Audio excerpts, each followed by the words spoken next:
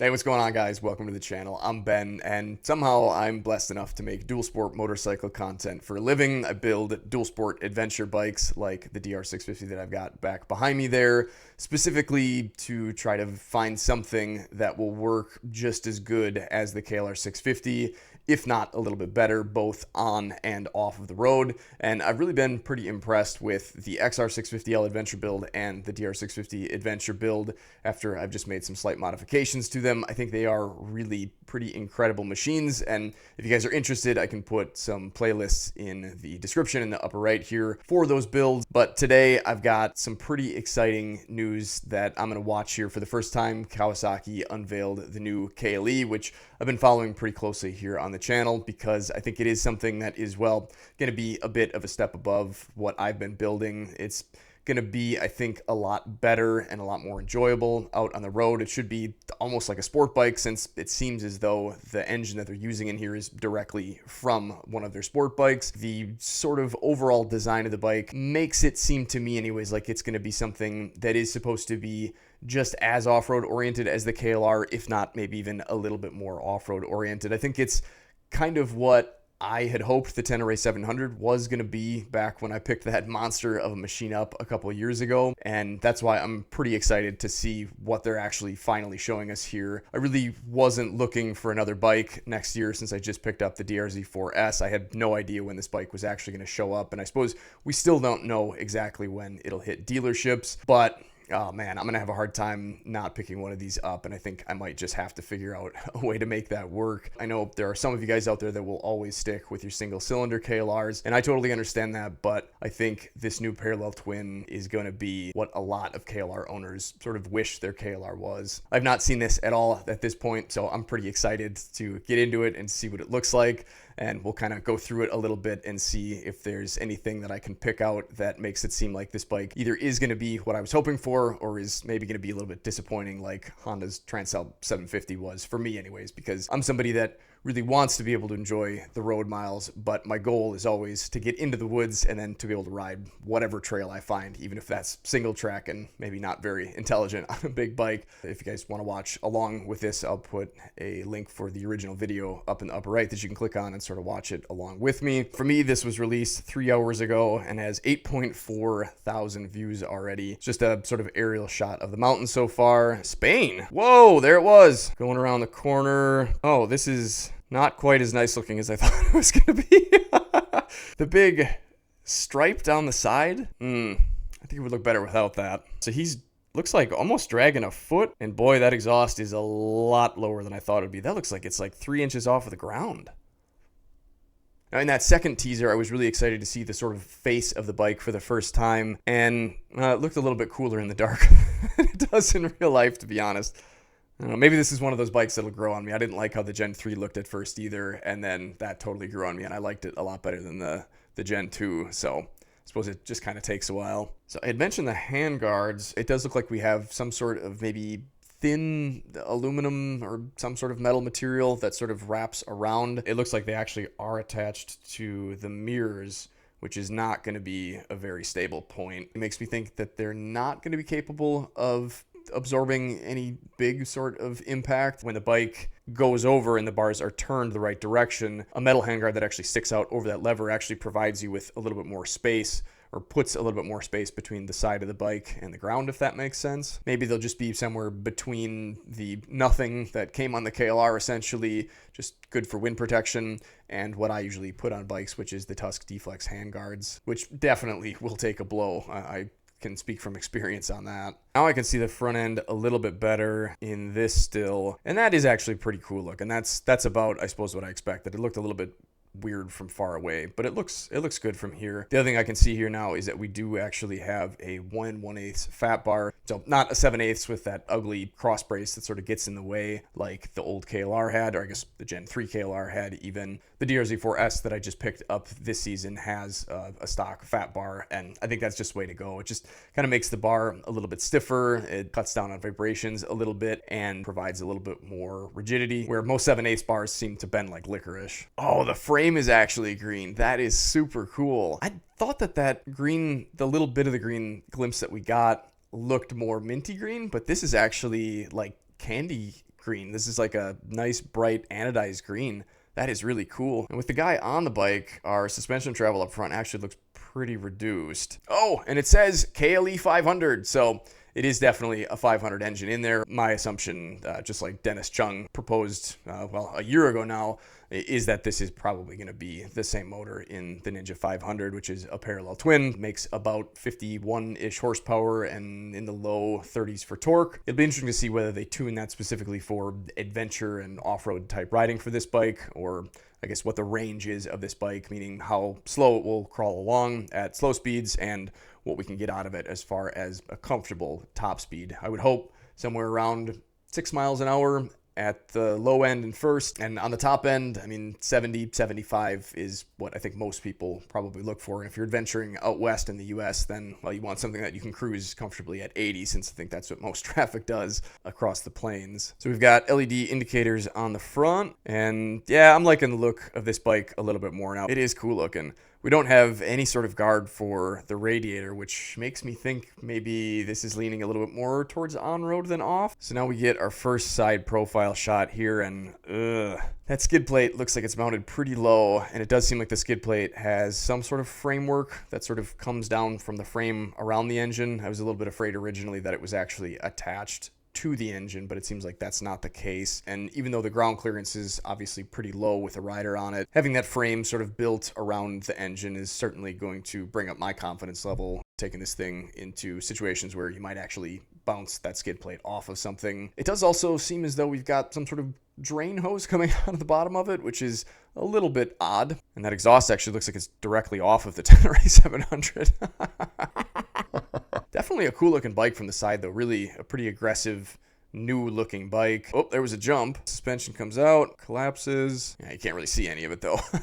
The Gen 3 KLR really had some issues keeping up with the type of riding that I wanted to do. Anytime I would take it off of a decent sized jump, I was pretty much always bottoming the front and the rear. And of course I know you can upgrade suspension, but having it properly set up from the factory for off-road riding is something that I would be pretty excited to see, and I was really hoping to see, but it almost seems like they're purposefully not showing how it's handling that stuff. I'm hoping that it's at least as good as the Tenere 700, which definitely soaks things up a lot better than the KLR did. The KLR kind of bounces around for quite a while after I actually hit the ground, where the T7 just kind of soaks it up and keeps going, which is definitely what you want for off-road riding. The other thing that you of course want for off-road riding is to be able to stand up, and it seems like this guy is maybe sort of purposefully leaning over the bars, but it does also seem like he is able to stand pretty well straight up, which is certainly nice for somebody like me that wants to be able to stretch my old back. And this is looking like it should be pretty comfy to stand up on as far as distance between the pegs and the bars. Having them too close to each other sort of makes it a little bit hard to stand up. You almost always have to be hunched then, which I mean, is great if you're a motocross rider, but if you're just a weekend warrior and you only get out and ride every once in a while, you don't really want to be squatted the entire time you're riding. It's nice to have the bars a little bit further out in front of you. That way you can kind of brace yourself a little bit easier, and it seems like that's how they've got this set up. And it looks like when he's sitting down on it too, it's just a really nice sort of relaxed riding position that sort of similar to the KLR 650, but maybe a little bit more aggressive, yet still comfortable looking. Oh, what's going on here? We've got the white KLE, and then we've also got, it looks like a glimpse of a gray one, so the second colorway. The white is certainly cool looking. Oh, they're just meeting up? What's going on here? Oh yeah, we're gonna talk bikes. Okay. All right, so I watched through the commentary portion of it. We also have some clips sort of spliced in that I think kind of give me some answers. Basically what's going on here is they've got this guy from Kawasaki and then another guy that is sort of an influencer, or at least has some sort of social media following, where he is building this gray KLE to be a good bike for him. It really does look like the skid plate hangs pretty down low, so I don't think this is going to be a bike that's really intended to be single tracked or taken on any trails where there are a lot of obstacles. I think this is more supposed to be an off-road-ish oriented adventure bike, and I suppose really any adventure bike that is kind of going to be the case. And like I found with the DR650 and the lowering of my XR650 that followed after riding this bike and seeing how much better it handled because it was lower, a low bike, a low center of gravity, and a low rider is really helpful for both on and off-road riding, unless you're going to be doing things like jumping over logs and trying to clear routes and really rutted out trails. And I wouldn't necessarily say this bike wouldn't be capable of that, but obviously the lower the skid plate hangs down, the more work it's going to be to get over obstacles. In the couple clips that they show of this bike, lifting both wheels off the ground and then landing, it seems like it's going to be basically what I was hoping it would be. It seems light, and they've mentioned that it's nimble. It certainly has that look to it, and especially I think just having everything nice and low is going to provide that. But yet it seems like it really handles, I mean, pretty darn well in the rougher terrain. Of course, the low skid plate is going to limit how rough of terrain you're going to be able to ride in, but it seems like if you're somebody that wants to be able to really enjoy the road and then get off of the road and really enjoy off-road riding with some limits, this is going to be a pretty awesome bike. And they mentioned that there are 2 models plus this third bike, the gray one that he's riding, that has some factory aftermarket accessories on it, like a sort of rally style seat, better bash plate. And then it seems like this Akrapovic specially made pipe for the KLE that actually says KLE right on it is a little bit higher and a little bit more out of the way. The other thing that I noticed, the sort of close-up shot where they're talking about the full wraparound crash bars, which is definitely nice. It's always good to have crash protection that can sort of rely on the opposite side, because then, well, you're adding all of those points together and you have to shift all of that to, well, misalign the bars and have any sort of bending going on. So that's definitely good to see. But it looks like we've actually got, it must be a high beam sort of in the center. It kind of almost looks like the mouthpiece of this bike, and I hadn't noticed that up until now.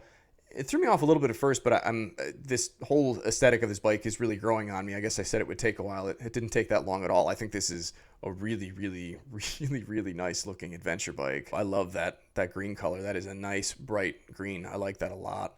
And the crash protection actually looks really good. Most of the time I'm not a fan of factory crash protection, but this seems like it would do a pretty good job. And on the gray one here, we can see that there is some factory aftermarket protection for the radiator, which is certainly a good thing. I like something that stands a little bit further off of the fins rather than just kind of being fit tight to it, because then if you have something that actually jabs it, there's still a risk of it actually messing up not only the fins, but actually the tubes that carry the antifreeze back and forth inside of the radiator to help cool the engine down. There's a nice up-close shot of the radiator protection. And I guess it does actually stick off a little ways, but you could still pretty easily get a stick in there. I think I'd want something more. Looks like we do have some really nice grippy foot pegs that do have some rubber inserts that are, I would assume, removable, since we've got shots with them in place and then with them removed as well. Hard to say whether they're rubber isolated or not. They're kind of a strange design. I'm not really sure how that gets mounted. Oh, maybe there's just 2 bolts from the backside. Oh, those might be rubber isolated. I bet those are rubber grommets in there.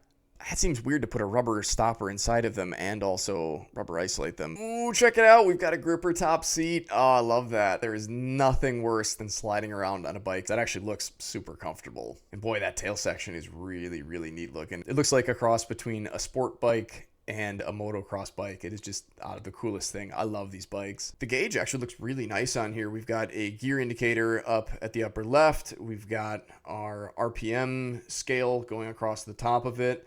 And then we've got our speed readout. And that's, of course, the largest number. Odometer looks like temp for, that would be, it must be antifreeze. Maybe you can even get oil temperature. I wouldn't doubt it. We've also got a spot for a clock, which is super nice, and a fuel gauge. So all of the essentials. Oh, I didn't even notice this at first. We've also got a fuel range readout. That is awesome. And it does seem like that screen is sort of a rectangle one that, well, maybe could pick up some sort of map eventually. They don't really mention anything about it. But of course, we have the nice GPS bar above that. That looks somewhere in the neighborhood of diameter about 1 inch. So I could easily, I think, stick one of my CarPride W702 units that I've been using on my adventure builds up there. It seems like there's enough space between the top of the stock gauge and where that bar is to mount one. And that is certainly nice to have that big screen that you can transfer basically just, well, any CarPlay or Android Auto capable app right onto the screen from your phone, which gives you options like Gaia GPS app,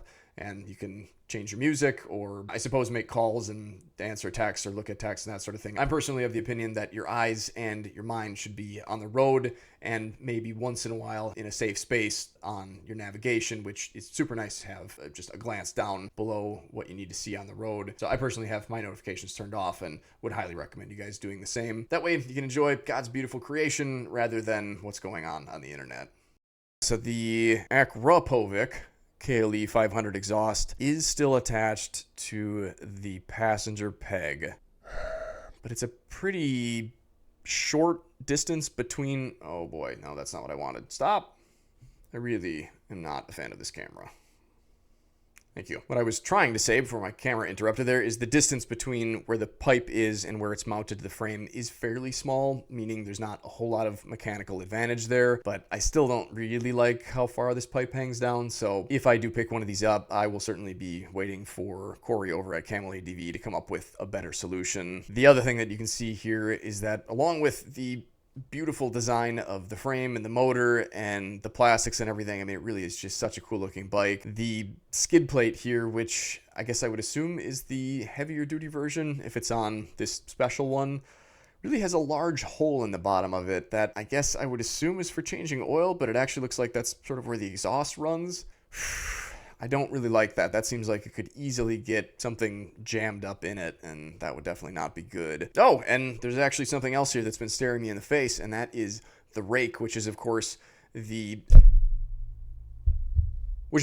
measurement between a vertical line and the angle that the forks are stuck out at from that vertical line. And the more sort of swept out, or the larger that angle, that rake degree is, the sort of easier going the bike is to handle. Doesn't steer near as quick then, either on or off-road, and I actually found that the DRZ4S was a lot to handle with the stock tires, which actually has the same exact stock tires that this KLE does. With that sort of tucked in rake, the handling is a lot quicker, which if that's what you're looking for, you're really an experienced rider, that's a good thing. If you're somebody that has, well, a heavier bike, say 400 and some pounds, and just wants to be able to ride it decently quick off-road, and you're not going to be doing any really tight trails, and you just want something that again handles really nicely, then the more sort of slung out rake, a larger number, is definitely going to be better. And this looks like almost the same rake as what the DR has. I think the Gen 3 KLR they had set at 30 degrees, which is a pretty